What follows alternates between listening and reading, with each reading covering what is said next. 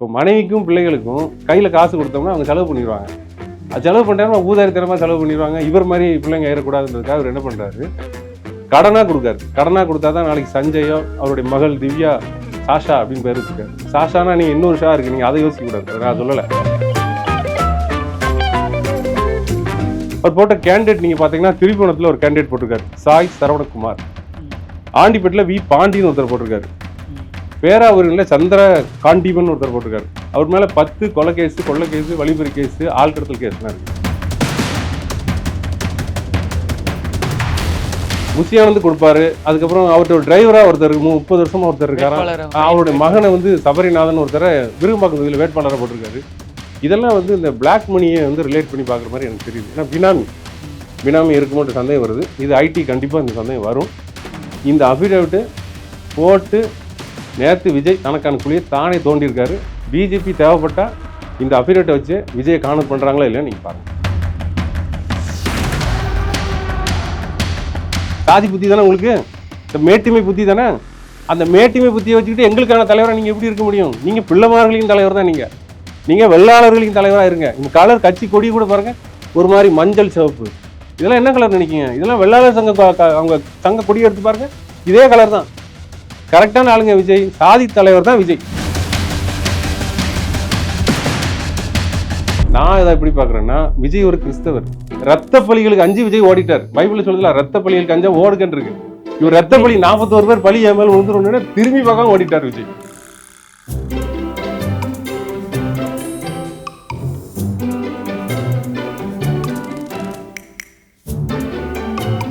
நேயர்களுக்கு வணக்கம்.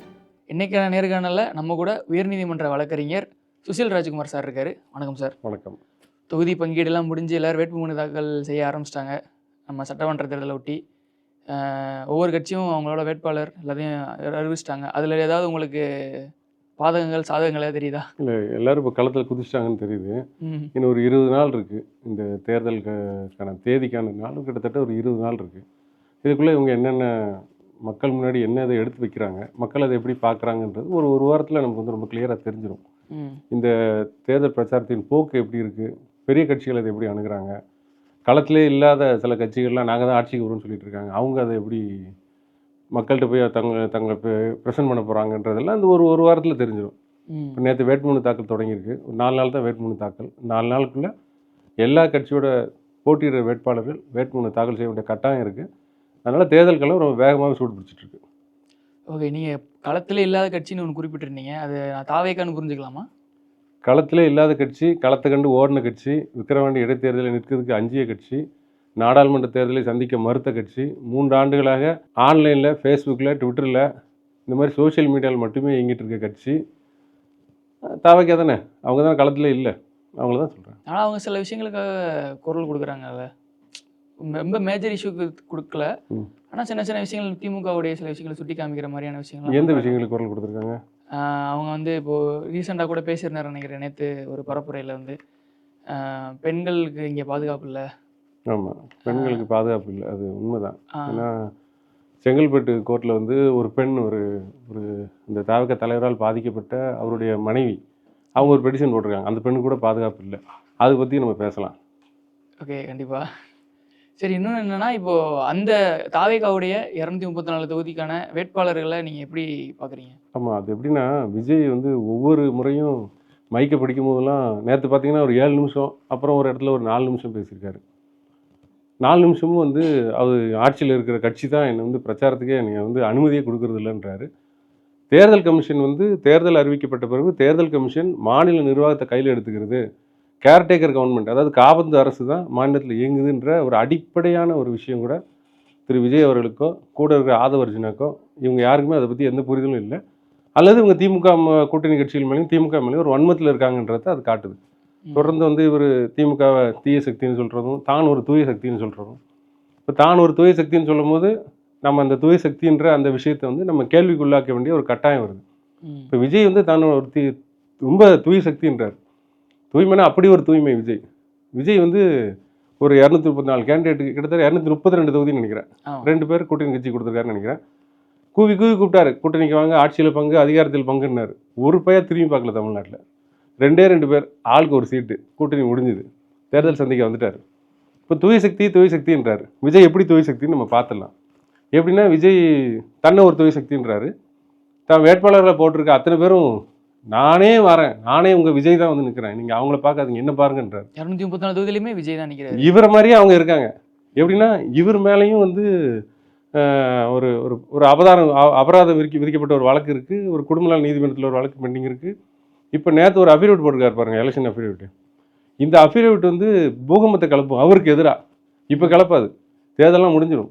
இந்த அஃபிடேவிட்டை அந்த குடும்ப நல நீதிமன்றத்தில் அந்த அம்மா பயன்படுத்துவாங்க. ஏன்னா அந்த அஃபிடேவிட்டில் சில தகவல்களை அவர் சொல்லியிருக்காரு. 540 கோடி சொத்து. ஆமாம், 540 கோடி சொத்து. சங்கீதா அவர்களுக்கு வந்து ஆமாம் கடனாக கொடுத்துருக்காரு. ஏன் கடனாக கொடுத்தாருன்னு நீங்கள் கேட்கணும். ஏன் கடனாக கொடுத்தாரு அப்படின்னா, இப்போ மனைவிக்கும் பிள்ளைகளுக்கும் கையில் காசு கொடுத்தோம்னா அவங்க செலவு பண்ணிடுவாங்க. அது செலவு பண்ணிட்டாருன்னா ஊதாரித்தனமாக செலவு பண்ணிடுவாங்க. இவர் மாதிரி பிள்ளைங்க ஏறக்கூடாதுன்றதுக்காக அவர் என்ன பண்ணுறாரு, கடனாக கொடுக்காரு. கடனாக கொடுத்தா தான் நாளைக்கு சஞ்சயோ அவருடைய மகள் திவ்யா சாஷா அப்படின்னு பேர் வச்சுருக்காரு. சாஷானா நீங்கள் இன்னொரு ஷா இருக்குது, நீங்கள் அதை யோசிக்கக்கூடாது, அதை நான் சொல்லலை. இங்கே ஷா ஒன்று இருக்குது, இந்த பாப்பா. அந்த பாப்பாவுக்கும் கடன் தான் கொடுத்துருக்காரு. இப்போ ஊதாரித்தனமாக நீங்கள் செலவு பண்ண முடியாது. நாளைக்கு செலவு பண்ணிட்டா சார் வந்து கணக்கு கேட்பார். ஏன்னா அவர் தூய சக்தி. தீய சக்தி நம்மளாம் என்ன பண்ணுவோம், பிள்ளைங்களுக்கு கொடுத்துட்டு நம்ம பிள்ளைங்க நம்ம மனைவி இவங்க நல்லா இருந்தால் தான் நம்ம நல்லா இருக்கணும். ஆனால் தூய சக்தி அப்படி நினைக்க மாட்டாங்க. தூய சக்தி வந்து எப்படி நினைப்பாங்கன்னா, தான் மட்டும்தான் அந்த உலகத்திலே தூய சக்தி, தான் மட்டும்தான் அந்த உலகத்திலே எக்ஸிஸ்டிங்காக இருக்கேன், நான் வந்து இப்படி கண் அசைச்சா போதும் தமிழ்நாடு எனக்கு திரும்பி பார்க்கும், நான் நடித்த படங்கள்லாம் நூற்றுக்கணக்கான நாட்கள் ஓடும், நான் அப்படி ஒரு ஆள் அப்படின்னு தன்னை பற்றிய அந்த நார்சிஸ்ட் மனப்பான்மையோடு இருக்கிற ஒரு தூய சக்தி அவர். அவர் போட்ட கேண்டிடேட் நீங்கள் பார்த்தீங்கன்னா திருப்பணத்தில் ஒரு கேண்டிடேட் போட்டிருக்காரு, சாய் சரவணகுமார். ஆண்டிப்பேட்டில் வி பாண்டின்னு ஒருத்தர் போட்டிருக்காரு. பேராவூரில் சந்திர காண்டிபன் ஒருத்தர் போட்டிருக்காரு. அவர் மேலே 10 கொலை கேஸு, கொள்ளை கேஸு, வழிபறி கேஸு, ஆள் கடத்தல் கேஸ்லாம் இருக்குது. நாகப்பட்டினத்தில் சுகுமார்னு ஒருத்தர் போட்டிருக்காரு. ஆர்கே நகரில் மரிய வில்சன் போட்டிருக்காரு. இவங்க எல்லாம் வந்து பல எஃப்ஐஆர் வாங்கினவங்க. ஜெகநாத் மிஸ்ரா எவ்வளோ பெரிய ஆள் பாருங்க. ஜெகநாத் மிஸ்ரா ரொம்ப முக்கியமான ஆள். எப்படி முக்கியமான ஆள்னா, அவர் விஜய் மாதிரியே அவர். ஜெகநாத் மிஸ்ரா தான் ஒரு சாதி வெறியன்னு வெளிப்படையாக மேடையில் வந்து சொல்கிறாரு. விஜய் அதை சொல்ல மாட்டார், ஆனால் செய்கிறார். எப்படி செய்கிறாருன்னா, திருச்சி தெற்கு தொகுதியில் போய் நிற்கிறார். விஜய் வந்து பிள்ளை என்கிற வெள்ளாளர் சாதியை சார்ந்தவர். திருச்சி தெற்கு தொகுதியில் ஒரு 30% மேற்பட்ட வெள்ளாளர்கள் பிள்ளைமார் வாழ்கிறாங்கன்னு சொல்கிறாங்க. கரெக்டாக பிள்ளைமார் தொகுதியில் போய் நிற்கிறார் பாருங்க. ஜெகநாத் மிஸ்ராவுக்கு அவர் வந்து நான் நினைக்கிறேன் அவர் தீய சக்தியாக இருப்பார்னு நினைக்கிறேன். தூய சக்தி கிடையாது. தூய சக்தி என்ன பண்ணுன்னா, மறைமுகமாக சாதி வேலை பார்க்கும். விஜய் பார்க்குற மாதிரி. இப்போ சாதியே இல்லை, நான் ஒரு தூய சக்தின்னு சொல்கிறேன். விஜய் என்ன பண்ணுவார், கரெக்டாக தான் ஆட்கள் இருக்கிற அந்த தொகுதியில் போய் தான் நிற்பார். அங்கே கிறிஸ்தவர்கள் கொஞ்சம் பேர் இருக்காங்க, அவங்க தனக்கு ஓட்டு போடான்னு நினைக்கிறார். பெரம்பூரில் கிறிஸ்தவர்கள் இருக்காங்க, அங்கே போய் நிற்பார். இப்போ தான் தூய சக்தின்னு சொல்கிற விஜய் வந்து நாடார்கள் பெரும்பான்மையாக இருக்க தொகுதியில் இந்து நாடார்கள் அல்லது இந்து பறையர்கள் அல்லது இந்து பல்லர்கள் அல்லது இந்து மறவர்கள் இருக்க ஊரில் போய் நின்று தான் ஒரு தூய சக்தி, தான் இந்த மண்ணுக்கானவன், எல்லாருக்குமான தலைவர்டா, நான் வந்து இளைய தளபதி, எல்லாருக்குமான தலைவர்னான்னு சொல்லி நீங்கள் நின்னீங்கன்னா நீங்கள் ஒரு தூய சக்தி. ஆனால் நீங்கள் எவ்வளோ பெரிய தீய சக்தின்றது இப்போ தெரியுது. சாதி பார்த்தா நீங்கள் நிற்கிறீங்க. சாதி பார்த்து கேண்டிடேட் போடுற நீங்கள் திராவிட மாடல் நடத்துக்கிற திமுக அரசை குறை சொல்கிறீங்க. விடுதலை சிறுத்தைகள் சாதி பார்த்து கேண்டிடேட் போடுறாங்கன்னு சொல்கிறீங்க. விடுதலை சிறுத்தைகளை வார்த்தைக்கு வார்த்தை கிண்டல் பண்ணுறீங்க. கூட்டணி கட்சிகள் காங்கிரஸை தவிர மீது எல்லா கட்சியும் நீங்கள் வந்து தீய சக்தி தூய சக்தின்றவாறு நீங்கள் வந்து கடுமையான விமர்சனங்களை உங்கள் மேலே வைக்கிறீங்க. இப்போ நீங்கள் ரொம்ப யோக்கியமாக இருந்தால் தான் அதெல்லாம் நீங்கள் வைக்க முடியும். இதெல்லாம் அந்த கீழே வந்து கமெண்ட்டில் கத்துற பயிலும் யோசிக்கணும். ஏன்னா உங்கள் தலைவர் சாதி பார்த்து தான் என்ன சாதின்னு தெரிஞ்சுக்கிட்டு அந்த வளர்ப்பிலே இருந்துட்டு அந்த ஜெகநாத் மிஸ்ரா வெளியே நான் ஒரு சாதி வெறியன்னு சொன்னது ஜெகநாத் மிஸ்ரா, சொல்லாமல் செய்கிறது விஜய். இப்போ விஜய் யார்? விஜய் பிள்ளைமார்களின் தலைவர், அவ்வளோதான். பிள்ளைமார்களின் தலைவராக தான் வாராரு. அதுக்கு இங்கே இருக்கிற ஒடுக்கப்பட்ட மக்கள் எல்லாம் தனக்கு பலிகடா வாக்கலாமான்னு பார்க்குறாரு. அதையும் நம்பி நம்ம ஆள் சில பேர் அவர்கிட்ட போய் விழுந்து அங்கங்கே உயிரை விட்டுட்டு இருக்காங்க. எதையும் விஜய் திரும்பி பார்க்க போகிறது கிடையாது. அதனால் தூய சக்தியை தயவுசெய்து சீர்தூக்கி பாருங்கள். இவர் தூய சக்தியான்னு பாருங்கள். இவர் ஒரு சாதி சக்தி, இவர் ஒரு வன்ம சக்தி, இவர் ஒரு ஊழல் சக்தி. ஆனால் இவர் எல்லாரையும் தீய சக்திங்கார். இது எப்படி நம்ம வேடிக்கை பார்த்துட்டு இருக்குது? இப்போ நீங்கள் சொல்லிருந்தீங்க, பட் அது ஒரு சின்ன திருத்தம். அது திருச்சி தெற்கு இல்லை, திருச்சி கிழக்கு தொகுதி. ஆமாம், திருச்சி கிழக்கு தொகுதி. ப்ளஸ் இன்னொன்று ஒரு பெரம்பூரில் நிற்கிறாருல்ல, இதை நம்ம 2 தொகுதியில் நிற்கிறத நம்ம அவர் 2 வேஷம் போட்டிருக்காருல்ல. ஒன்று அவர் தனக்கு கிறிஸ்தவர். இப்போ நீங்கள் வந்து இவ்வளோ நாள் நீங்கள் பார்த்தீங்கன்னா தன்னுடைய பேர் எல்லாம் அறிக்கையில் ஏதாவது ஒரு அறிக்கையில் விஜய் அப்படின்னு கழித்து கொடுப்பாரு. இப்போ தான் ஜோசப் விஜய்னு போடுறாரு. அப்பா பேரை பின்னாடி சேர்த்துட்டார். இவ்வளோ நாள் அப்பா வீட்டை விட்டு விரட்டி இருந்தவர் சேர்க்கல. இப்போ கிறிஸ்தவர் தொகுதியில் நிற்க உடனே ஜோசப் விஜய் அப்படிங்க ஜோசப்பை ஸ்ட்ரெஸ் பண்ணி சொல்கிறாரு. இப்போ அந்த தொகுதியில் போய் நின்று நான் இங்கே கூட்டத்தை ஆரம்பிக்கேன், தாய் வீட்டிலேருந்து ஆரம்பிக்கிறது சிறப்பு இல்லையா அப்படிங்காரு. அப்போ அங்கே திருச்சி மேற்கா திருச்சி தெற்கா? திருச்சி கிழக்கு. திருச்சி கிழக்கு. அந்த திருச்சி கிழக்கு தொகுதியில் போய் என்ன பண்ணுவீங்க? அங்கே போய் சித்தி வீடுன்னு சொல்லுவீங்களா? இது பெரியம்மா வீடா? அப்போ இது தாய் வீடுன்னு சொல்கிறீங்க, பிரச்சாரத்தை ஸ்டார்ட் பண்ணுறேன்னு. அங்கே போய் என்ன பண்ணுவீங்க? யாருங்க உங்களுக்கு டைலாக்லாம் எழுதி கொடுக்குறது? இந்த கூட ஒருத்தர் சுற்றிட்டு அலையிறாரு, வியூக வகுப்பாளர்னு. அவர் தாங்க உங்களுக்கு கேடு. அவர் தான் உங்களுக்கு கேடு. யார்? ஆதவர்ஜுனா சொல்கிற மாதிரி. அதான் வியூக வகுப்பாளர் அவர் தானே கூட இருக்காரு. அவர் தான் இவருக்கு கேடு. இன்னைக்கு சொல்கிறாரு, எங்கள் தலைவர் மேலேயே கேஸ் போட்டாங்க, எங்கள் தலைவர் மேலேயே கேஸ் போட்டாங்க. இதெல்லாம் அவருக்கு தெரியும். சாதாரணமாக அந்த வழக்கு, தேர்தல் வழக்குகள், நீங்கள் கூட்டத்தை கூட்டி பொதுமக்களுக்கு இடையூறு ஏற்படுத்திங்கன்னா வழக்குகள் போடப்படுறது இயல்பு தான். ஆனால் எங்கள் தலைவர் மேலேயே போட்டாங்கன்றனா விஜய் அதை பார்ப்பாரு. என் மேலேயே வழக்கு போட்டாங்களா, என்ன எவ்வளோ பெருசாக அவங்க நினைக்கும் அப்படின்னு ஒரு கற்பனை உலகத்திலே வாழ்றாரு பாருங்க. இவர் விஜய் வந்து அவர் சிஎம்மாக தாங்க நடக்கிறாரு. அவர் வராரு அப்படின்னா ஸ்டேட் மிஷினரி சிஎம் எல்லாம் வந்து அங்கே வந்து நின்று ஒரு கை கட்டி. இப்போ ஒரு எக்ஸ் சிஎம்னு வேறு சொல்ல ஆரம்பிச்சிட்டாரு. யார்? ஆதவர்ஜுனா அன்னைக்கு காலையில் பேட்டி கொடுக்காரு, முன்னாள் முதல்வர் அப்படிங்கிறார். அவருக்கு அப்படி ஒரு ஆசை. அவர் வந்து வாயை திறந்து விஜய் சிஎம்னு சொல்லாமல் இருக்காரு, அவ்வளோதான். அப்போ தான் விஜய்கிட்ட இருந்து இவருக்கு ஃபேவர் கிடைக்கும்னு நினைக்கிறார் போல. விஜயை பயன்படுத்தி தன்னுடைய அரசியல் ஆசைகளை தீர்த்துக்கிறதுக்கு விஜயை பலிகடாக்குறார் ஆதவர்ஜுனா. ஆனால் ஆதவர்ஜுனாவோட தொகுதியில் நேற்று பிரச்சாரம் பண்ணாமல் போயிட்டார் விஜய். அதை நம்ம எப்படி? இல்லை, காலையிலேயே ஆதவர்ஜுனா வீடு வீடாக போய் கதவை தட்டி பேப்பர்ஸ்லாம் கொடுத்துட்டு இருக்காரு. ஆதவர்ஜுனா பண்ணுறாரு. விஜய் நேற்று காக்க வச்சுட்டு மக்களை வந்து. ஆமாம், விஜய் வந்து உங்களுக்கு 4 மணிக்கு மேலே அவருக்கு ஏதோ முக்கியமான வேலை இருக்குது. அது எப்படின்னா அதே எப்படி எனக்கு புரியவே மாட்டேங்குது. 2 மணிக்கு தான் ஸ்டார்ட் பண்ணுறாரு, 4 மணிக்கு முடிச்சா வீட்டில் என்ன தான் போய் பண்ணுவார் எனக்கு தெரியல. பனையூர் விட்டு வர்றது கிடையாது. இப்போ நேற்று 2 மணிக்கு போனார், 4 மணிக்கு கூட்டம் அதிகமாகிடுச்சு, அதனால் நான் கிளம்பிட்டேன். ஆதவர்ஜுனா சொல்கிறாரு, கூட்டம் நிறைய வந்துடுச்சு, கரூர் மாதிரி ஒரு சம்பவம் நடத்துறதுக்கு திமுக தலைவர் ஸ்டாலின் சதி பண்ணுறாருன்றார். அப்போ கரூரில் இப்படி ஒரு சம்பவம் நடக்க போகுது. அந்த அவ்வளோ பெரிய வண்டி பெரிய பஸ் எடுத்து நீங்கள் உள்ளே போகிறீங்க, 2 பக்கம் கூட்டம் நசுங்கி சாகுறாங்க, நீங்கள் ஷூட் பண்ணுறீங்க, உள்ளே பல லேட்டஸ்ட்டு கேமராஸ் எல்லாம் கொண்டு வந்து உள்ளே வச்சு உங்கள் படத்துக்கு அதை பயன்படுத்துக்காக அதை எடுக்கிறீங்க. அந்த குற்றச்சாட்டுலாம் வந்திருக்கு. அந்த குற்றச்சாட்டுலாம் விஜய்கிட்ட பதில் கிடையாது. அப்போ நீங்கள் திட்டம் போட்டு ஒரு சம்பவத்தை அரங்கேற்றி விட்டு நேற்றும் அப்படி ஒரு சம்பவம் நடக்குன்னு பயந்துக்கிட்டு கொஞ்சம் உஷாராயிட்டீங்க. இந்த வகையில் உங்களை நான் பாராட்டுறேன். ஏன்னா அந்த செத்து போன 41 பேருக்கும் விஜய்லாம் ஒன்றும் கொடுக்க போகிறது கிடையாது. ஏன்னா அவர் ஒரு தூய சக்தி. அவர் வந்து நீங்கள் செத்து போனவனுக்கு எதுக்குங்க கொடுக்கணும்? செத்து போனவனுக்கு கொடுத்தீங்கன்னா செத்து போன உயிரோடு இருக்கான், வீட்டில் இருக்கவங்க அதை சாப்பிடுவான். செத்து போனவனுக்கு என்ன லாபம் இருக்குது? அதனால் செத்து போனீங்கன்னா விஜய் ஒன்றும் கொடுக்க மாட்டார். அதனால் வீணாக அவங்க கூட்டத்தில் போய் சாகாதீங்க. இந்த நம்ம ஊட்டி பக்கத்தில் ஒரு ஊர்லேருந்து ஒரு பையன் மதுரை மாநாட்டுக்கு மாநாட்டுக்கு போனார். ஒரு பையன் அருந்ததியர் சமூகத்தை சேர்ந்தவன், ஒரே பையன் வீட்டில். அவன் ஒருத்தன் தான் வேலைக்கு போய் குடும்பத்துக்கு ஏதோ கொடுத்துட்டு இருந்திருக்கான். அவன் செத்து போயிட்டான். விஜய் இன்றைக்கி வரைக்கும் அவன் வீட்டுக்கு போகல. அன்றைக்கி திருச்சியில் ஒரு பையன் பின்னாடி பைக்லேயே போய் ரோட்டில் அடிப்பட்டு செத்து போயிட்டான். 20 நாள் ஆஸ்பத்திரியில் இருந்தான். விஜய் ஆளையே காணும். அதனால் இவர் பின்னாடி போய் விஜய் பார்க்க போகிறேன்னு கம்பத்தில் ஏறுறதும் டிரான்ஸ்ஃபார்மரில் ஏறுறதும் அவன் கூப்பிட்டார் அவனை பார்க்கறதுக்கு. ஏன்னா அவனை செத்து போனால் திரும்பியும் அப்படி பார்க்க போகிறது கிடையாது. அவர் தூய சக்திப்பா. அவர் வந்து அவரை வந்து நீங்கள் மேலே இருந்து பார்க்கணுன்னு ஒன்றும் அவசியம் கிடையாது. நீங்கள் வீட்டில் வந்து டிவியில் உட்காந்து கூட நீங்கள் பார்க்கலாம். நீங்கள் ஓட்டு போடுங்க, எழுதி போடுங்க. எதுக்கு அநியாயத்துக்கு போய் சாவரிக்க? உங்களை என்ன ஏதாவது திரும்பி பார்க்க போகிறாரு அந்த ஆள்? இல்லை, அவர் இப்படி நல்லா அவர் மகளுக்குமே கடன் தாங்க கொடுப்பாரு. நீ செத்து போனால் எப்படி உனக்கு காசு கொடுப்பாரு? அவர் மனைவிக்கே கடன் தாங்க கொடுத்துருக்காரு. மனைவியே அவர் பார்க்க மாட்டார். தொண்டரையாக பார்க்க போகிறாரு, ரசிகரையாக அவர் பார்க்க போகிறாரு. புஷியானதுக்கு 3 கோடி கொடுத்துருக்காருல்ல. புஷியானந்து கொடுப்பாரு. அதுக்கப்புறம் அவர்கிட்ட ஒரு டிரைவராக ஒருத்தர் 30 வருஷமா ஒருத்தர் இருக்காரு. அவருடைய மகனை வந்து சபரிநாதன் ஒருத்தரை விருகம்பாக்கம் தொகுதியில் வேட்பாளராக போட்டிருக்காரு. இதெல்லாம் வந்து இந்த பிளாக் மணியை வந்து ரிலேட் பண்ணி பார்க்குற மாதிரி எனக்கு தெரியுது. ஏன்னா பினாமி இருக்குமோன்ற சந்தேகம் வருது. இது ஐடி கண்டிப்பாக இந்த சந்தேகம் வரும். இந்த அஃபிடேவிட்டு போட்டு நேற்று விஜய் தனக்கான குழியை தானே தோண்டியிருக்காரு. பிஜேபி தேவைப்பட்டால் இந்த அஃபிடேவிட்டை வச்சு விஜயை கார்னர் பண்ணுறாங்களா இல்லையா நீங்கள் பாருங்கள். இப்போது அந்த கருப்பு பணத்தை இது பண்ணுறதுக்காக தான் இந்த மாதிரியான விஷயங்கள் பண்ணுறாரு அப்படின்னு சொல்லியிருக்கீங்க நீங்கள். இதே இடத்துல இப்போ திமுகவுடைய தலைவர் மற்றும் முதலமைச்சர் ஸ்டாலினுடைய சொத்து மதிப்பு வந்து கிட்டத்தட்ட ஒரு 8 கோடி தான் அப்படின்னு சொல்கிறாங்க. அதே மாதிரி உதயநிதி ஸ்டாலின் அவர் ரெட் ஜெயின் மூவிஸ் எல்லாம் பயங்கரமான ஒரு நிறுவனத்தை நடத்தினார். விஜயுடைய குருவி படங்கள், ஆதவன், அப்புறம் இப்போ பீஸ்ட் இதெல்லாம் டிஸ்ட்ரிபியூட்லாம் பண்ணியிருக்காரு. அவருக்கு வந்து வெறும் 28 கோடி தான் அவர் சொத்து மதிப்பு அப்படின்லாம் சொல்லியிருக்காங்க. இல்லை, அந்த அஃபிடேவிட்டில் சொல்லப்பட்ட விஷயங்களை பற்றி வந்து அது தேர்தல் முடிஞ்ச பிறகு அது அவர்களுக்கு உண்மையை சொன்னாங்களா பொய் சொன்னாங்களா அப்படின்றதெல்லாம் வந்து ஐடி டிபார்ட்மெண்ட் அதை பார்த்துருவாங்க. நான் ஏன் விஜயை ஸ்பெசிஃபிக்காக சொல்கிறேன் அப்படின்னா, விஜய் வந்து ரொம்ப தூய சக்தி. தான் பிள்ளைங்களுக்கே கடன் கொடுப்பார். உதயநிதி ஸ்டாலின் தான் பிள்ளைக்கு கடன் கொடுக்க மாட்டார். கொடுத்துட்டு பிள்ளை நல்லா இருக்கட்டும்னு விட்டுருவார். இவர் அப்படி கிடையாது. இவர் வந்து பிள்ளைக்கு கெட்டு போயிடுவாங்கன்னு சொல்லிட்டு பிள்ளைங்களுக்கு ஒன்றும் கொடுக்க மாட்டார். கூட போய் செத்து போனாலும் கொடுக்க மாட்டார். அதான் இவங்களுக்கு அவங்களுக்குள்ள வித்தியாசம். அந்த அஃபிடேவிட் விவகாரங்கள்லாம் ஐடி பார்த்துக்கிடுவாங்க. அதில் நம்ம என்ன கருத்து சொல்றதுக்கு என்ன இருக்குது? இவர் ரொம்ப தான் தூய் சக்தின்னு சொல்கிறதுனால பிள்ளைங்களுக்கும் ஒரு கடன் கொடுத்துருக்கிறதுனால, தன் மனைவிக்கே கடன் கொடுத்ததுனால. ஏன்னா மனைவி ஒரு இடத்துல அவங்க அந்த குடும்ப நல நீதிமன்றத்தில் போட்ட அந்த அஃபிடேவிட்டில் சொல்கிறாங்க, பொருளாதார ரீதியாக என்னை பெரிய மன உளைச்சலுக்கு ஆளாக்குனாருங்க.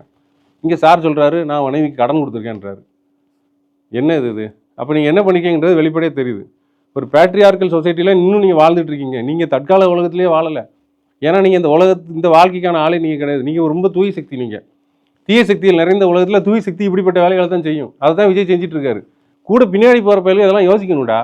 அதான் நம்ம வேண்டுகோள். இப்போ அவர் திருச்சி கிழக்கில் எடுக்கக்கூடிய அரசியல் வந்து ஒரு சாதி அரசியல், அது ஒரு பிள்ளைமார் அரசியல் அப்படின்னு இப்போ நீங்கள் குறிப்பிட்டிருந்தீங்க. இப்போ திமுக சைடுமே அந்த மாதிரியான கேஸ்ட் ஓட் பேங்கிங் இருக்கு இல்லையா? அதை நம்ம எப்படி பார்க்கலாம்? அதாவது எல்லா தொகுதியிலையும் ஒவ்வொரு சாதி மக்கள் வாழ்வாங்க.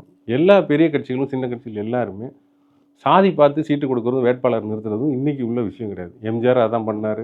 அண்ணா காலத்துலேருந்தே இதை தான் நடக்குது. ஏன்னா இந்த சமூகம் அப்படி தான் பிளவுபட்டு இருக்குது. ஆனால் இவர் தான் தூய சக்தின்னு சொல்லும் போது அதை நீங்கள் மாற்றணும்லான்னு நான் கேட்குறேன். நீங்கள் மாற்று, நாங்கள் தீய சக்தி, நீங்கள் தூய சக்தி, நீங்கள் மாற்றுன்னு சொல்கிறீங்கல்ல, எந்த வகையில் மாற்று? நான் செய்கிறதே நீங்களும் செஞ்சீங்கன்னா நானும் நீங்களும் ஒன்று தானே. இப்போ ஸ்டாலின் செய்கிறதே நீங்கள் செய்கிறீங்க, எடப்பாடி செய்கிறதே நீங்கள் செய்கிறீங்க. எடப்பாடிக்கு ஸ்டாலின் நீங்கள் என்ன மாற்று? அதனால திமுக நீங்களும் அதே வரிசையில் வந்த கட்சி தானே. புரியல. அதனால திமுகவே தொடரட்டும். திமுகவே தொடரட்டும் தான் நான் சொல்ல. நீங்கள் எந்த வகையில் மாற்று? இப்போ மக்கள் வந்து நீங்கள் பெரிய மாற்று கிறிஸ்தவர்களின் பிரதிநிதி அப்படிங்கீங்களா? நீங்கள் பிள்ளைமார் சாதி ஓட்டுருக்க ஊரில் போய் எதுக்கு நீங்கள் நிற்கீங்க? நிற்காதீங்க. இங்கே பெரம்பூர் எதுக்கு நிற்கிறாருன்னா, பெரம்பூரில் பெரிய பெரிய ரோடுகளே கிடையாது. சும்மா அப்படியே ரோட்டில் நின்று பேசிட்டு போயிடலான்னு பார்க்குறாரு. திருச்சி கிழக்குமே கூட ஒரு சிட்டிக்குள்ளே பக்கத்துலேயே இருக்குது அந்த ஊர். நீங்கள் அப்படியே போயிட்டு வந்துடலாம். ஊருக்குள்ளே கிராமத்துக்குள்ளே இன்டீரியர்லாம் பெரிய அளவில் அங்கே ஒன்றும் இருக்காதுன்னு நினைக்கிறேன். அதனால தான் அந்த தொகுதி. அது போக இந்த சாதி ஃபேக்டர் இதை ரொம்ப நாளாக அவர் கணக்கு பண்ணிட்டு இருக்காரு. அங்கே கத்தோலிக்க கிறிஸ்தவர்கள் இருக்காங்கன்றார். இவர் தன்னை கத்தோலிக்க கிறிஸ்தவர்னு சொல்கிறாரு. அதனால தான் இவர் அங்கே போய் நிற்கிறாரு. இப்போ நீங்கள் மாற்றுன்னு சொல்கிறவங்க பொதுமக்கள்கிட்டலாம் நீங்கள் ஓட்டு வாங்குறீங்க, உங்கள் சாதிக்கிட்ட ஓட்டு வாங்குறீங்க. அப்போ உங்கள் சாதி சங்கத்தை நடத்துங்க. எதுக்கு தமிழக வெற்றி கழகம்னு வச்சுருங்க? தமிழக பிள்ளைமார் கழகம்னு வைங்க. அது செய்யுங்க. திருமாவளவன் கட்சி நடத்தினா சாதி கட்சி, கிருஷ்ணசாமி நடத்தினா சாதி கட்சி, ஜான் பாண்டியன் நடத்தினா சாதி கட்சி, விஜய் நடத்தினா பொதுமக்களுக்கான கட்சியா? விஜய் அந்த வேலையை தானே செய்கிறாரு. ஸ்டாலின் எப்படி செய்கிறாரா? இல்லையே. உதயநிதி ஸ்டாலின் எப்படி செய்கிறாரா? இல்லையே. அப்போ நீங்கள் தீய சக்தி தூய சக்தின்னு பேசும்போது நீங்கள் எங்களை விட ரொம்ப வித்தியாசமாக இருக்கணும்ல. அதுதான் கேட்குறேன். எப்படி நீங்கள் எங்களுக்கு மாற்று, எப்படி எங்களுக்கு மாற்றுன்னு கேட்குறேன். அதுக்கு பதில் சொல்லல. அதுக்கு விஜய் பதில் சொல்லணும்ல. அதுக்கு பதில் விஜய் மைக்கு முன்னாடி பேசணும்ல. விஜய் வந்து பொதுக்கூட்டமாக 7 நிமிஷம் 4 நிமிஷம் இதுக்கு இவ்வளோ பெரிய அரேஞ்ச்மெண்ட்ஸு, அது ஒரு 3000 பேர் போய் வேடிக்கை பார்க்குறதும், பாலத்துலேருந்துலாம் வேடிக்கை பார்க்குறதும். சினிமா நடிக்கிறா வேடிக்கை பாருங்கள், கொஞ்சம் கவனமாக வேடிக்கை பாருங்கள். நீங்கள் செத்து போனால் வரப்போறானா? வந்திருக்காரா என்னைக்காவது? சமீபத்தில் சத்தம் வீட்டு கூட போகல. 41 பேரை கொண்டுட்டு விஜய் திரும்பி பார்க்க ஓடி போனவர் தானே விஜய். இந்த 41 பேரை கொண்டுட்டு விஜய் ஓடி போனதுக்கு என்ன காரணம் நீங்கள் நினைக்கிங்க? நீங்கள் சொல்லுங்கள், நீங்கள் என்ன காரணம் நினைக்கிறீங்க? 41 பேரை கொண்டுட்டாரு, தான் கொண்டேன்னு அவருக்கு தெரியும். இன்றைக்கி அவர் இல்லைன்னு மறுக்கலாம். அவருக்காக கூட்டப்பட்ட கூட்டம் தான். இப்போ எனக்கு ஒரு கூட்டம் போட்டு நான் ஒரு கூட்டம் நடத்துகிறேன், 10 பேர் வந்து அதில் ஒரு 4 பேர் அடிபட்டு போயிட்டேன் அப்படின்னா நான் தான் பொறுப்பு. எனக்கு தான் அந்த கூட்டம் வந்துச்சு. உங்களுக்காக அந்த கூட்டம் தானே செத்து போச்சு. நீங்கள் தான் பொறுப்பு. தார்மீக பொறுப்பு. அது விஜய்க்கு தெரியும். அவருக்கு மனசாட்சின்னு ஒன்று இருக்குன்னு நான் நினைக்கிறேன். அப்போ ஏன் அந்த இடத்த விட்டு விஜய் ஓடி போனார்? நீங்கள் சொல்லுங்கள். இந்த பொறுப்பற்ற உணர்ச்சி அப்படின்னு நினைக்கிறீங்களா? பொறுப்பற்ற உணர்ச்சி நீங்கள் சொல்கிறீங்க. நான் இதை எப்படி பார்க்குறேன்னா, விஜய் ஒரு கிறிஸ்தவர். ரத்த பலிகளுக்கு அஞ்சு விஜய் ஓடிட்டார். பைபிள் சொல்லுதுல, ரத்த பலிகளுக்கு அஞ்சா ஓடுகன்னு இருக்கு. இவர் ரத்த பலி 41 பேர் பலி என் மேலே விழுந்துருன்னு திரும்பி பார்க்காம ஓடிட்டார் விஜய். இது இப்படியே கனெக்ட் பண்ணலான்னு. கண்டிப்பாக கனெக்ட் பண்ணலாம்ல. நீங்கள் அதுக்கு தானே ஓடினீங்க. நீங்கள் பயந்துட்டீங்களா? ரத்த பலிகளுக்கு பயந்து நீங்கள் ஒன்று கிறிஸ்தவர் இப்போ இந்த இடத்துல. ஆனால் செத்து போன என் குடும்பம், அவனை நம்பி இருந்த அவனோட மனைவி பிள்ளைகள், சில பெண்கள் செத்து போனாங்க. அவங்களுக்கு நீங்கள் ஏதாவது பண்ணீங்களா? 3 நாள் கழித்து ரொம்ப அப்பாவே ஒரு மூஞ்சி வச்சுக்கிட்டு ஒரு ஹஸ்கி வாய்ஸில், நான் வீட்டில் தனியாக தான் இருக்கேன் சிஎம் சார், நீங்கள் என்கிட்ட வாங்க. இதெல்லாம் என்ன நாடகம்? வீட்டில் இருப்பேன், இல்லைனா ஆஃபீஸில் இருப்பேன், தூங்கிட்டு இருப்பேன்னு சொல்லிடுங்களேன். சிம்பிளாக ஏதோ ஒரு இடத்துல தூங்கிட்டு இருப்பேன்னு சொல்லிட்டு போயிருங்களேன். நீங்கள் என்ன அவ்வளோ சீரியஸான பொலிட்டிஷனா? ஆஃபீஸில் காலையில் வந்து 10 மணிலேருந்து சாயங்காலம் 12 மணி, இப்போ 12 மணி வரைக்கும் உழைக்கிற ஒரு அரசியல்வாதியாக நீங்கள்? இல்லை அரசியல் களத்தில் நின்று போராடுறதுக்கு வந்தவனா நீங்கள்? இப்போ அன்றைக்கி டிஆர் பாலு திமுக பொருளாளர் டிவியில் பேசுகிறார். காலையில் 7 மணிக்கு வரோம், ராத்திரி 11 மணி வரைக்கும் உட்காந்து இந்த கூட்டணி கட்சிகளோட பேச்சுவார்த்தை நடத்தி 11 மணிக்கு மேலே தலைவர் வீட்டில் போய் ரிப்போர்ட் பண்ணிட்டு 12 மணி வீட்டுக்கு போய்ட்டு திருப்பி 7 மணிக்கு வரோம். எந்த வயசில் அவர் வேலை பார்க்குறாரு? உங்களுக்கு என்ன வயசு? நீங்கள் ஸ்டாலின் அங்கிள்ன்றீங்க, உங்களுக்கு 52 வயசு. இப்போ நானே உங்களை அங்கிள் கூப்பிடலாம், என்னோட உங்களுக்கு 5 வயசு தான் அதிகம். என் பிள்ளைங்க உங்களை அங்கிள் கூப்பிடலாம். அவ்வளோலாம் நீங்கள் வந்து ஒரு ஒரு ஒரு மாதிரியான ஒரு நபராக தானே நீங்கள் இயங்குறீங்க. ஏன் ஸ்டாலினை நீங்கள் அப்படி பார்க்குறீங்க? ஏன் திருமாவளவன் நீங்கள் அப்படி பார்க்குறீங்க? சாதி புத்தி தானே உங்களுக்கு, இந்த மேட்டுமை புத்தி தானே. அந்த மேட்டுமை புத்தியை வச்சுக்கிட்டு எங்களுக்கான தலைவராக நீங்கள் எப்படி இருக்க முடியும்? நீங்கள் பிள்ளைமார்களின் தலைவர் தான். நீங்கள் வெள்ளாளர்களின் தலைவராக இருங்க. இப்போ கலர் கட்சி கொடி கூட பாருங்கள், ஒரு மாதிரி மஞ்சள் சிவப்பு. இதெல்லாம் என்ன கலர் நினைக்கிங்க? இதெல்லாம் வெள்ளாளர் சங்க, அவங்க சங்க கொடி எடுத்து பாருங்கள், இதே கலர் தான். கரெக்டான ஆளுங்க விஜய். சாதி தலைவர் தான் விஜய். சாதிக்க வந்த தலைவர் கிடையாது, இந்த மக்களுக்கான தலைவர் கிடையாது. சினிமாவில் பார்த்தோமா கைத்தட்டமா அதோட விட்டுறணும், அவ்வளோதான். மனிதரே கிடையாது நான் சொல்கிறேன். சில விஷயங்களே விஜய் மனுஷனே கிடையாது. சரி, இப்போ அவரோட தேர்தல் அறிக்கையில் ஒரு முக்கியமான ஒரு இதுவாக இருந்தது. என்ன முக்கியமான இருக்கு? மேலே வந்து வேலைக்கு போகாமல் ஒரு இளைஞர் இருக்காருன்னா அவருக்கு மாதம் 4000 ரூபா கொடுக்கணும் அப்படின்றது. இது எந்த வகையில் சாத்தியம்? இல்லை, அது ரொம்ப புரட்சிகரமான திட்டம் தான் அது. எப்படின்னா, விஜய் வந்து இந்த இடைநிற்றலை பற்றிலாம் அவர் பேசியிருக்காரு. அதாவது பள்ளி கல்லூரிகளில் நீங்கள் இடைநிற்றலை தடுக்கிறதுக்கு, இந்த இடைநிற்றலை தடுக்கிறதுக்கு கலைஞர் காலத்திலேயே திட்டங்கள் போட்டு இந்த மாணவர்களை வாங்கன்னு கூப்பிட்டு பள்ளிக்கூடத்துலையும் கல்லூரிலையும் சேர்க்கறதுக்கான முயற்சிகள் அரசுகள் தொடர்ந்து பண்ணியிருக்குது. எம்ஜிஆர் இருந்தாலும் பண்ணியிருக்காங்க, நான் படிக்கும் காலகட்டத்திலே அனைவருக்கும் அனைவருக்கும் கல்வி எல்லாரும் வாங்க இடைநிற்றலை தடுக்கிறதுக்கான வேலை பார்த்துருக்காங்க. ஆனால் விஜய் நீங்கள் பார்த்தீங்கன்னா 10th 12th ரெண்டுமே ப்ரைவேட்டில் தான் படித்தார். அவர் ரெகுலர் ஸ்கூலுக்கு படிக்கல, காலேஜுக்கு போயிட்டு இடையில நின்றுட்டார்.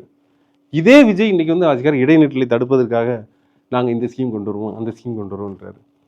நீங்கள் படிக்கும்போது இடைநிற்றல் தடுக்கிறதுக்கு ஒரு ஸ்கீம் இருந்துச்சேன், அது நீங்கள் என்ன பண்ணீங்க? இடையில நின்றுட்டீங்க, உங்களுக்கு பிடிச்ச வேலை பார்க்க போயிட்டீங்க.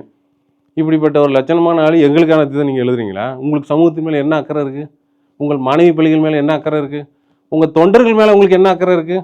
தமிழ்நாட்டு மக்கள் மேலே அக்கறை இருக்குது? கான்ஃபிடென்ட்டாக இருங்க, உங்கள் விஜய் நான் வரேன்றீங்க. உங்கள் விஜய் நம்பி ஒருத்தன் வந்தானே உங்கள் பின்னாடி வந்து பைக்கில் விழுந்து போன வாரம் செத்து போனானே, நீங்கள் எங்கே போனீங்க? நீங்கள் எங்கே சார் போனீங்க? இவ்வளோ கேள்விகள் உங்கள்கிட்ட கேட்க வேண்டியிருக்கு சார். நீங்கள் முதல்ல பொதுக்கூட்டத்தில் ஒரு 1/2 மணி நேரம் பேசுங்க. அதுக்கப்புறம் நீங்கள் வந்து எலெக்ஷன் கமிஷனில் போய் அனுமதி கேளுங்க. கேட்டுட்டு எங்கள் தலைவரை பேச விட மாட்டேன், இவர் அப்படியே கெட்டிஸ்பர்க் உரை மாதிரி அப்படியே நிகழ்த்தி தள்ளிடுவார்.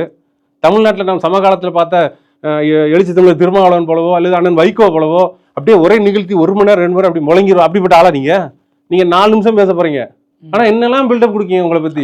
இந்த பில்டப்லாம் வருவாங்க பார்க்கறதுக்கு அப்படின்னு சொல்லி. அப்போ ஆட்சி நீங்கள் பேசாமல் அங்கே பணியில் படுத்து தூங்கிட்டு யூடியூப்லேயே டெய்லி பேச வேண்டியது தானே? 40 ரூபாய் சாவாமலாது இருப்பான்ல, அதே ஆச்சுங்க. தொடர்ந்து 3 வருஷமாக நீங்கள் கட்சி எங்கே நடத்திட்டு இருக்கீங்க? யூடியூப்லேயும் ஃபேஸ்புக்லேயும் வாட்ஸ்அப்லேயும் தான் நடத்திட்டு இருக்கீங்க. நீங்கள் இன்ஸ்டாகிராமில் நடத்துறீங்க. தொடர்ந்து அவதூறு எங்கேருந்து பரப்புறீங்க? இன்னைக்கு இந்த விர்ச்சுவல் வாரியர்ஸ் கீழே வந்து இப்போ நம்ம வீடியோ பேசி முடிச்சோன்னே கீழே வந்து வாழ்வாள் கத்துவானுக்கு பாருங்க. இவனுக்கு எல்லாமே விர்ச்சுவல் வாரியர்ஸ், எல்லாம் பெய்டு. இதெல்லாம் உருவாக்கி வச்சிருக்கீங்களே இந்த நாட்டில். நீங்கள் 3 வருஷம் வந்ததுக்கப்புறம் சமூக ஊடகங்களின் தரம் கெட்டு போயிட்டுன்றதை மறுக்க முடியுமா? முன்னாடி ஒரு 5% தான் அப்படி இருந்துச்சு, வந்து என்னத்தையாவது பேசிட்டு இருப்பாங்க. இன்னைக்கு உங்கள் ஆட்கள் பெரிய அளவில் இதில் வேலை செய்கிறாங்க. டிவியில் லைவ் போய் பேசணும்னா கீழே வந்து உடனே கத்துறது, உடனே வாழ் எல்லாம் அதில் தான் உட்காந்துருக்காங்க. இவங்க எல்லாருமே கட்சியை அவங்க அங்கே தான் நடத்துகிறாங்க. கனவுலகத்தில் விஜய் இருக்கிறார், 2 தொகுதியிலும் விஜய் தோற்பார். சில அபியூசிவான கமெண்ட்ஸுமே அந்த இதில் பண்ணுறாங்களா? அவர் மனைவியே வந்து இவர் ஒர்த்துலன்னு ஒரு வார்த்தை சொல்லிட்டு போயிட்டாரு. இவர் அந்த ஒர்த்துலன்னு சொன்ன வார்த்தையை தாவிக்கா விர்ச்சுவல் வாரியர்ஸ் வந்து பெரிய அளவில் கொண்டு போயிட்டாங்க. எவ்வளோ கேவலமாக அந்த அம்மாவை பற்றி எழுத முடியுமோ அவ்வளோ கேவலமாக வந்து நாளைக்கு அந்த அம்மா சங்கீதா மேடம் வந்து கமிஷனர்கிட்ட வந்து ஒரு கம்ப்ளைண்ட் கொடுத்து விஜய் தான் அதுக்கெல்லாம் காரணம், நடவடிக்கை எடுக்குன்னு சொன்னால் உண்மையில நடவடிக்கை பாயும். சரி, இப்போது கொஞ்சம் விலகி திமுகவுடைய தேர்தல் அறிக்கையை பற்றி கொஞ்சம் பேசலான்றீங்க. அதில் முக்கியமாக பெண்களுக்கு வந்து 8000 ரூபாய் கூப்பன் தரதா சொல்கிறாங்க. அதை நம்ம எப்படி பார்க்கலாம்? இல்லை, இப்போ ஒரு பொருளாதாரத்தில் வந்து பெரிய அளவில் நம்மளால் பணம் கொடுத்து ஒரே அட்டம்ப்டில் சில பொருள் வாங்க முடியாது, சில குடும்பங்கள்லாம் இருக்க தான் செய்கிறாங்க. அதுக்காக அந்த திட்டம் கொண்டு வந்திருப்பாங்கன்னு நினைக்கிறேன். அதை பற்றி பாசிட்டிவான கருத்துக்களும் வருது, நெகட்டிவான கருத்துக்களும் வருது. பார்க்கலாம் மக்கள் அதை எப்படி எடுத்துகிட்டு போகிறாங்க, எப்படி அதை புரிஞ்சுக்கிறாங்கன்னு பார்க்கலாம். ஆனால் திமுக வாக்குறுதி கொடுத்தாலும் கொடுக்காட்டாலும் திமுக வந்து மக்களுக்கான சில திட்டங்களை செயல்படுத்துறதுல எப்பவுமே முனைப்பாக தான் இருப்பாங்க. ஏன்னா அந்த மண்ணை அவங்க ஆளணும்னு நினைக்கிறாங்க. அப்போ இந்த மண்ணில் ஆளணும் அப்படின்னா இந்த மக்களுக்கான திட்டங்களை கொண்டு வந்தால் தான் இந்த மண்ணில் நம்ம பேச முடியும்னு அவங்களுக்கு தெரியும். அப்படி செய்கிறாங்க. சில விஷயங்களில் இப்போ ஒன்றிய அரசு கொடுக்க நெருக்கடி காரணமாக சில திட்டங்களை நம்மளால் நிறைவேற்ற முடியல.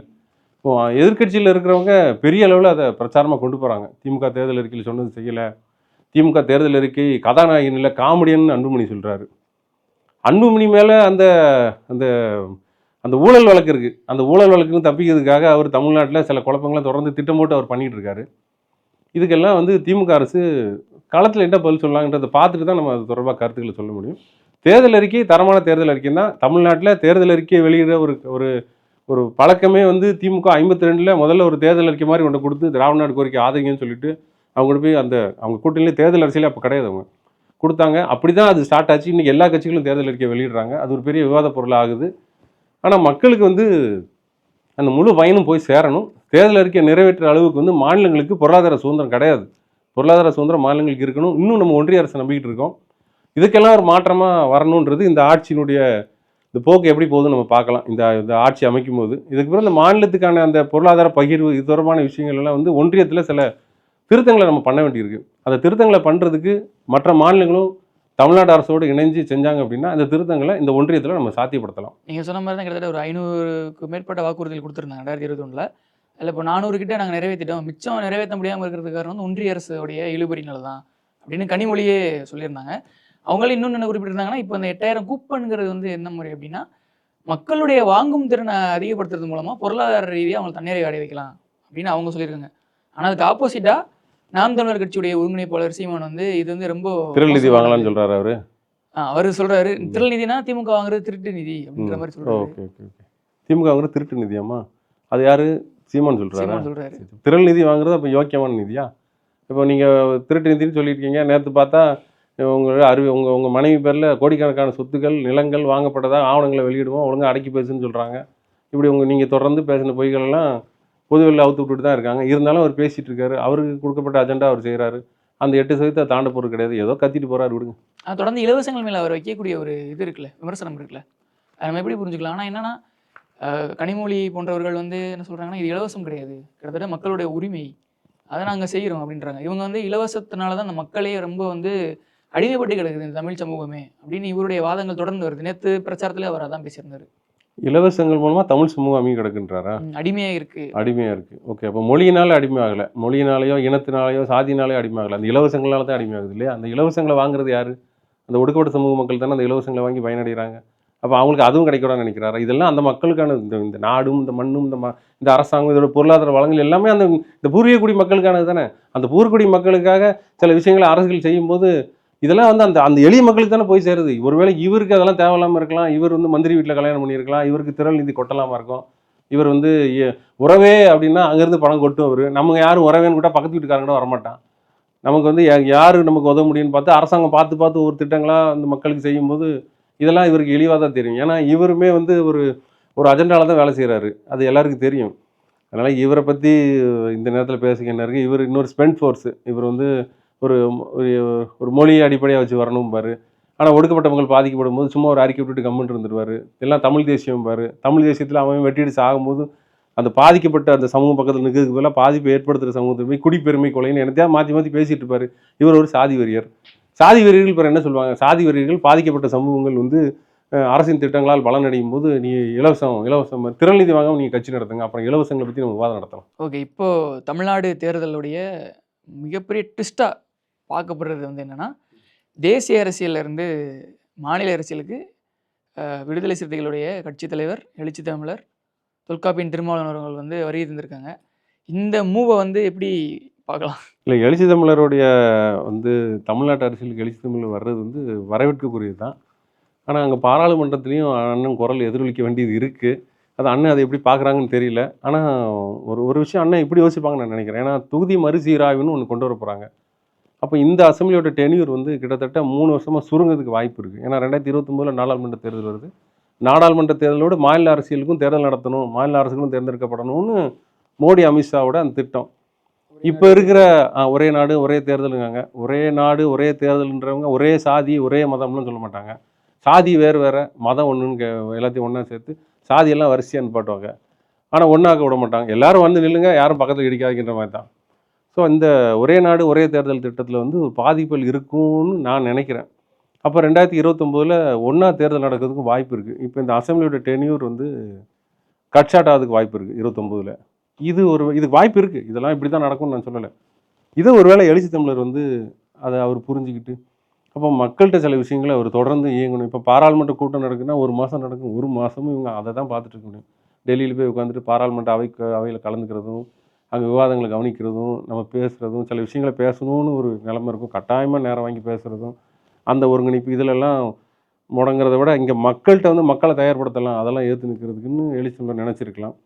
அப்புறம் கட்சியை பலப்படுத்த வேண்டிய கட்டமும் இருக்குது. ஏன்னா கட்சி ஆரம்பித்து பல ஆண்டுகள் ஆகிவிட்டது. இன்னும் கட்சி மாநில அந்தஸ்து வாங்கியாச்சு.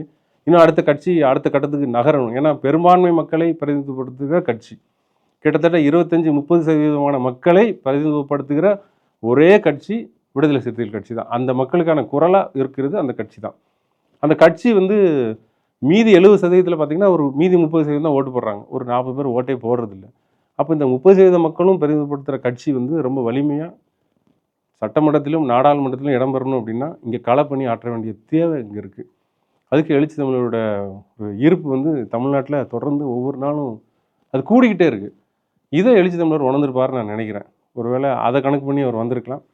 ஏன்னா ஆனாலும் அவர் இங்கே வர்றது நம்ம வரவேற்க தான் செய்யணும். ஏன்னா சட்டமன்றத்தில் ஒரு குரல் ஒலிக்கணும். சட்டமன்றத்திலையும் ஒருவேளை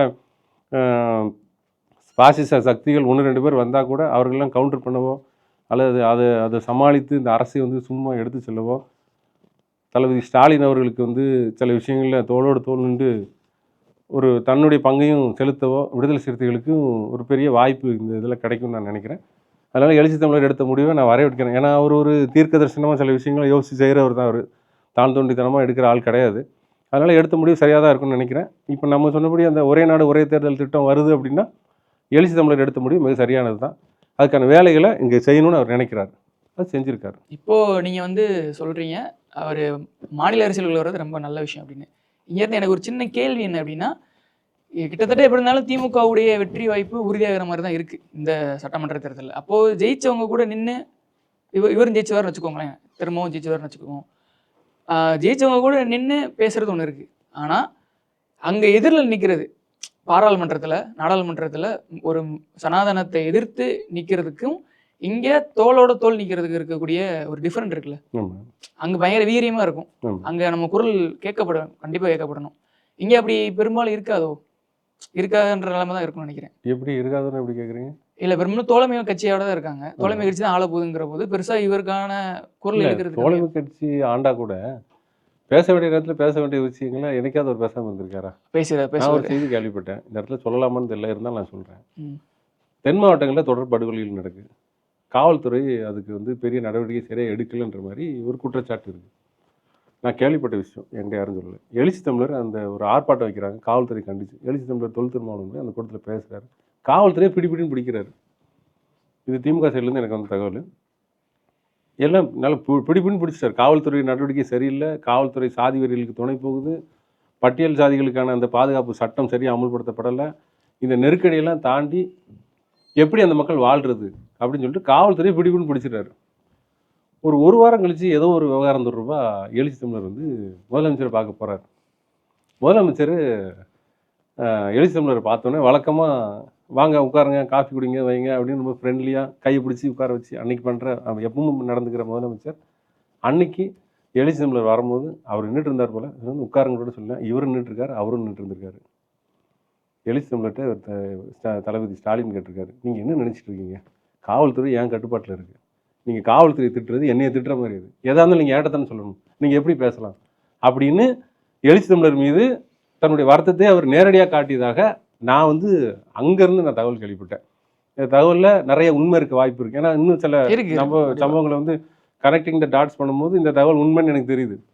அப்போ என்ன இதுலேருந்து நம்ம என்ன புரிஞ்சுக்கிறோம் அப்படின்னா, என்ன நெருக்கடி வந்தாலும் என்ன தோழமை உணர்வோடு இருந்தாலும் யாரை வந்து இவர் பிரதிநிதித்துவப்படுத்துகிறாரோ அந்த மக்களுக்கான குரலாக எதிரொலிப்பதற்கு எந்த இடத்திலும் எந்த சமரசமும் இல்லாமல், எதற்கும் சமரசம் இல்லாமல் தொடர்ந்து எதிரொலிக்கிற குரல் தொல் திருமாவளவனுடைய குரல். அந்த குரல் எப்படி நீங்கள் கூட்டணியில் இருக்கும்போது அப்படி தோழமையோடு பரவாயில்ல நடத்துங்க உங்கள் கதையை அப்படின்னு எப்படி இருக்கும்? மக்களுக்காக தான் அது பேசும். ஏன்னா அப்படி சொல்லப்படுறதுனால தான் நான் கேட்டேன். இல்லை, மக்களுக்கான குரல் அது. இது வந்து கூட்டணிக்கான குரல் இல்லை. அந்த மக்களை பிரதிநிதித்துவப்படுத்துவதற்காக கூட்டணி வச்சு அதிகாரத்தை போய் அடைஞ்சு அந்த மக்களுடைய குரல் எங்கே, ஏன்னா அம்பேத்கர் சொல்லியிருக்காரு, நீங்கள் சும்மா ரோட்லேருந்து கத்துறதை விட இந்த காரிடார்ஸ் ஆஃப் பவர், அதாவது அதிகாரம் எங்கே இருக்குதோ அந்த காரிடாரில் போய் கத்துன்னு சொல்லியிருக்காரு. அதை புரிஞ்சுக்கிட்டு சட்டமன்றத்தில் போய் குரல் எழுப்புறது, நாடாளுமன்றத்தில் போய் இந்த மக்களுடைய பிரச்சனைகளை பேசுவது, இந்த மக்களுக்கான ஒரு ஒரு ஒரு தலைவனாக தன்னை அடையாளப்படுத்தி அந்த மக்களுக்காக நிற்பது, சமரசம் இல்லாமல் நிற்பது, இதை அவர் தொடர்ந்து தானே செஞ்சுட்டு இருக்காரு. இல்லை என்ன காம்ப்ரமைஸ் நடந்துன்னு நினைக்கிறீங்க? நான் அப்படி நினைக்கல. ஓகே, நான் எப்படி கேட்குறேன் அப்படின்னா, எதிர்கட்சியாக இருந்துக்கிட்டு குரல் கொடுக்கும்போது இன்னும் வீரியமாக இருக்கும். அது பிஜேபி எதிர்க்கிறது மேலே போய், இங்கே எப்படி இருந்தாலும் எதிரில் தான் இப்போ இருப்பாங்க அவங்க அப்படிங்கிற ஒரு சின்ன ஒரு இது இருக்கும் அப்படின்னு நினச்சேன். வேற ஒன்றும் இல்லை. இப்போ பிஜேபி எதிர்க்கிறதுக்கு வேற எம்பிக்கள் போக மாட்டாங்களா? இப்போ அந்த தொகுதியிலேயே அண்ணன் ஒருவேளை ரிசைன் பண்ணிட்டாங்க, வேற விசி கலந்து யாராவது போவாங்க, அவங்க பேசுறாங்க. இல்லை, ஏன் அப்படி கேட்டேன்னா, கடந்த பேட்டியில் வந்து பிஜேபி எதிர்க்க ஒரே ஒரு திருமாவளவன் போதும் அப்படின்னு நீங்கள் தான் சொல்லியிருந்தீங்க. ஒரே ஒரு திருமாவளவன் போதும், அந்த ஒரே ஒரு திருமாவளவன் இருந்தாலே போதும். அவர் நாடாளுமன்றத்தில் இருக்கணும்னு அவசியம் கிடையாது, அவர் தமிழ்நாட்டில் இருந்தாலே போதும், இங்கிருந்து அவர் பேசினாலே போதும், ஒரே ஒரு திருமாவளவன் போதும், அந்த குரல் போதும். அந்த குரலே அவர்களுக்கு அச்சம் ஏற்படுத்தும். ஏன்னா அந்த குரல் வந்து சாதாரணமாக ஒரு கோபத்தின் குரல் கிடையாது. அந்த குரல் அம்பேத்கருடைய குரல், அந்த குரல் பெரியாருடைய குரல், அந்த பெரியாரின் வேகமும் அம்பேத்கரின் அறிவும் அந்த குரலில் இருக்கும். அந்த குரல் போதும். அதுதான் நீங்கள் சொன்னேன். இப்போ 8 தொகுதிகளுடைய கேண்டிடேட் உங்களுக்கு தெரியும்னு நினைக்கிறேன். எப்படி இருக்குது அப்படின்னு நினைக்கிறேன். 8 தொகுதிகளும் வந்து எப்படியாவது இவங்க ஜெயிச்சிடணும்னு நான் விரும்புகிறேன். நான் இறை நம்பிக்கை உள்ளவன் தான். நான் 8 பேரும் ஜெயிக்கணும்ட்டு நான் நம்புகிற கடவுள்கிட்ட நான் வேண்டிக்கிறேன். கண்டிப்பாக அந்த 8 பேரும் ஜெயிக்கணும். ஜெயிச்சா இந்த மக்களுக்கு வந்து அடுத்த கட்ட ஒரு வளர்ச்சி இந்த மக்களுக்கு இருக்கும். அரசியல் பங்களிப்புன்றது வந்து இந்த பெரும்பான்மை மக்களுக்கு கண்டிப்பாக அது இருக்கணும். அதை இந்த 8 பேரும் வெற்றியின் மூலமாக சாதிச்சா நான் ரொம்ப மகிழ்ச்சி அடைவேன். சில ஸ்டாட் அதுக்கான வேலை செய்யவும் தயாராக இருக்கேன். சில ஸ்டாட் என்ன சொல்லுது அப்படின்னா, இப்போ அரக்கோணத்தில் வந்து எழில் கரோலின் அவங்க வந்து நிற்கிறாங்க. அரக்கோணம் வந்து கிட்டத்தட்ட ஒரு ஏடிஎம்கேவோட ஒரு ஓட்டம் மாதிரி இருக்குது. ப்ளஸ் இப்போ புரட்சி பாரதத்துடைய ஓட்டுகள் கூட பெரிய வாய்ப்பு இருக்குது. அதனால சில இது இருக்குமோ அப்படின்னு தான் தோணுது. எனக்கு அரக்கோணம் தொகுதியை பற்றி தெரியல. ம் நான் என்னுடைய ஆசையை சொல்கிறேன். திமுக கூட்டணி கட்சிகள் எந்த தொகுதியிலும் தோக்கணும்னு அவங்க நினைக்கிறது இல்லை. கள்ளக்குறிச்சியிலே அதே மாதிரி தான். எப்படின்னா கள்ளக்குறிச்சியில் ம். கடந்த 15 ஆண்டுகளாக 2011, 2016, 2022 3 தேர்தலுமே ஜெயிச்சது வந்து அதிமுக. இப்போ மாலதி அவங்க வந்து விசிக சார்பாக போட்டி வழக்கறிஞர் போடுறாங்க. மாலதி நிற்கிறாங்க. ம். இல்லை, திமுக தலைவர் வந்து 2 நாளைக்கு முன்னாடி ஒரு டீ பார்ட்டி கூப்பிட்டு கூட்டணி தலைவர்கள்லாம் கூப்பிட்டு பேசியிருக்காரு. ம். ஆஹ் நானே எல்லா தொகுதியிலும் நிற்கிற மாதிரி கணக்கு பண்ணிக்கோங்க. எல்லா தொகுதியும் வெற்றி பெறணும். 200க்கு மேலே தான் இலக்குன்றாங்க. இப்போ வந்திருக்க இன்னைக்கு வந்த ஒரு கருத்து கணிப்பு கூட கிட்டத்தட்ட 204 தொகுதி வரைக்கும் திமுக கூட்டணி வெற்றி பெறும் இருக்கு. அதில் அந்த 8 தொகுதியும் அடங்கும்னு நான் நம்புகிறேன். ம். ஏன்னா நம்ம வெற்றி பெற முடியாத இடத்துல நம்ம வெற்றி பெறணும். ஏன்னா பாசிச சக்திகள் வந்து பெரிய அளவில் தலை தூக்கும் போது இங்கே ஒருத்தன் கூட ஜெயிச்சு சட்டசபைக்கு வந்துடக்கூடாது. அதில் நம்ம ரொம்ப கவனமாக இருக்கணும். அதில் திமுக கூட்டணி ரொம்ப சாலிடாக இருக்கும்னு நான் நினைக்கிறேன். விசிகாவும் அதில் ரொம்ப உறுதியாக தான் இருக்கிறாங்க. அதனால் அம்மையார் எழில் கரோலின் இந்த முறை வெற்றி பெறுவதற்கு வாய்ப்புகள் பிரகாசமாக இருக்கும். கூட்டணி கட்சிகள் வலிந்து வேலை செய்வாங்க. அரக்கோணம் தொகுதி அப்படி ஒன்றும் எனக்கு வீக்காக தெரியல. பார்க்கலாம் எப்படி வருது.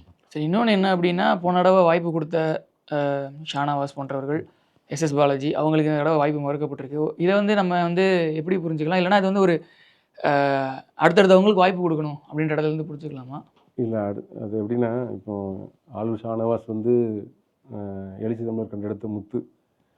அது வந்து அவரை எப்படி பயன்படுத்தணுன்றது எழுச்சி தமிழருக்கு தெரியும்.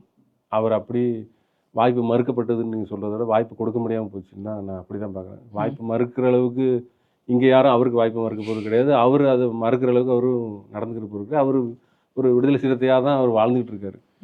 அதனால் அவருக்கான வாய்ப்புகள் வரும். அதில் அவரை பயன்படுத்துவாங்க. அதெல்லாம் அவங்க உள்கட்சி விவகாரம். அதில் அவர் வந்து ஒரு விடுதலை சிறுத்தைகள் ஒரு தூண் தானே. அதில் வந்து அவரை புறக்கணிக்கிறதுக்கு என்ன இருக்குது? அவருக்கான வாய்ப்புகள் தொடர்ந்து வரும். ஏன்னா எப்பொழுதும் நீங்கள் எம்எல்ஏ இருக்கணும், எப்பவும் நீங்கள் எம்பியாக இருக்க முடியாது. கட்சி வேலையும் சில பேர் பார்க்கணுன்னு இருக்குல்ல. அப்படி எழுச்சி தமிழர் அவருடைய பணியை பயன்படுத்திக்கிடுவார் நான் நினைக்கிறேன். அவரும் வந்து ஒரு தமிழ்நாட்டில் சமீப காலங்களில் வளர்ந்து வந்த ஆளுமைகளில் ரொம்ப குறிப்பிடத்தக்க ஆளுமை வந்து அண்ணன் ஆளுநர் ஷானவாஸ். அவருடைய பணி வந்து இங்கே ரொம்ப சிறப்பானது. அவர் கொள்கையில் ரொம்ப வீரியமானவர். அவர் நீங்கள் மித்த கட்சி மாதிரி நபர்கள் விடுதலை சிறுத்தைகளில் உருவாக்கி விடப்படலை. அது நான் வெளியிலேருந்து பார்க்குறேன், நீங்கள் உள்ளேருந்து பார்ப்பீங்க, எனக்கு தெரியல. நான் பார்த்த வரைக்கும் விடுதலை சிறுத்தைகளில் அப்படிப்பட்ட நபர்கள் யாரும் கிடையாது. அது தலைவர் பார்த்து செய்வார். எழுச்சி தமிழர் பார்த்து அவங்களுக்கு என்ன செய்யணுமோ அவங்களை எப்படி பயன்படுத்துவார். எல்லாமே மக்களுக்கானது தானே. பதவிகளுமே மக்களுக்கானது தானே. இப்போ இந்த தேர்தல் வந்து எந்த மாதிரியான முடிவை கொடுக்கும் நீங்கள் நினைக்கிறீங்க? எந்த மாதிரியான முடிவுனா, நாம் எதிர்பார்க்குற முடிவை கொடுக்கணும்னு நம்ம விரும்புகிறோம். அதுக்காக நம்ம வேலை செய்கிறோம். இப்போ கூட்டணி கட்சிகள், திமுக கூட்டணி கட்சிகள் எல்லா தொகுதியிலும் கேண்டிடேட்ஸ் போட்டிருக்காங்க. நேற்றே களத்தில் இறங்கிட்டாங்க. சின்னவர் நேற்றே காஞ்சிபுரத்தில் பிரச்சாரத்தை ஸ்டார்ட் பண்ணிட்டாரு. எழுச்சி தமிழர் அவங்க கூட்டணி அவங்க ஆரம்பிச்சிட்டாங்க. கம்யூனிஸ்ட் கட்சியில் ஆரம்பிச்சிட்டாங்க. எல்லோரும் நாமினேஷன் ஃபைல் பண்ண ஸ்டார்ட் பண்ணிட்டாங்க. களத்தில் இன்னும் 20 நாள் தானே உங்களுக்கு இருக்குது. இன்னும் 3 நாள் நீங்கள் நாமினேஷன் ஃபைல் பண்ணணும். இன்றைக்கி லீவு, இன்னும் 1 நாள், அதுக்கப்புறம் 1 நாள், மொத்தத்தில் 4 நாள் தான். நேற்று முதல் நாள். ஸோ களம் வந்து நெருங்கிட்டு நீங்கள் ரொம்ப நாள்லாம் கிடையாது. அதிகபட்சம் ஒரு 15 டேஸ் தான். 15 டேஸ் தான் நீங்கள் மக்கள்கிட்ட பேச முடியும். களம் ரொம்ப கேக் வாக் அப்படின்லாம் நான் சொல்ல மாட்டேன். இன்னும் 1 வாரம் போச்சுன்னா யார் எவ்வளோ ஜெயிப்பான்னு கூட கிட்டத்தட்ட நம்ம சொல்லிடலாம். வெற்றி பெறப்போவது வந்து திமுக தலைமையிலான மதசார்பற்ற முற்போக்கு கூட்டணி தான். அதில் வந்து எந்த சந்தேகமும் யாருக்கும் இருக்க வேண்டாம். அதில் எந்த சந்தேகம், அந்த எண்ணிக்கை தான் இப்போ பெரிய விஷயம். இப்போ திமுக தலைவர் வந்து 200க்கு மேலே வெற்றி பெறுவோன்றார், 200 தாண்டுவோன்றார். நேற்று கேட்கும்போது அதில் என்ன உங்களுக்கு சந்தேகம்னு கேட்குறாரு. ரொம்ப கான்ஃபிடென்ட்டாக தான் பேசுகிறாரு. காரணம், களத்தை அவங்க வந்து அவதானிச்சிருக்காங்க. அவங்க நம்ம என்ன வேலை பார்த்துருக்கோம். இப்போ முதலமைச்சராக இருக்கும்போதே பல இடங்களில் அவர் ஒரு கட்ட பிரச்சாரத்தை முடிச்சிட்டாரு. இப்போ அடுத்த கட்ட பிரச்சாரத்துக்கு போயிட்டு இருக்காரு. இன்னொரு கட்டத்துக்கு போவார். இன்னொருத்தர் நேற்று தான் நாமினேஷன் போட்டு 4 நிமிஷம் பேசிட்டு போயிருக்காரு. நான் தான் அடுத்த முதலமைச்சர்னு சொல்கிறாரு அவர். இப்படிப்பட்ட எதிரிகளை வச்சுக்கிட்டு நம்ம வந்து இவங்க வந்து குழப்பம் தான் ஏற்படுத்த முடியும். இவங்க வெற்றி பெற முடியாது. இவங்க பல தொகுதியில் போகவே முடியாது. இப்போ திருச்சியில் ஒரு நாமினேஷன் போட்டு அங்கே ஒரு கம்ப்ளைண்ட் ஆகி அங்கே ஒரு எஃப்ஐஆர் ஆகி இப்படி தான் இவங்க பொழுது போயிட்டு இருக்குமே தவிர நம்ம களத்தில் நின்றுட்டு இருக்கோம். நம்ம கூட்டணி கட்சிகள் களத்தில் நின்றுட்டு இருக்காங்க. களம் நமக்கு சாதகமாக இருக்குது.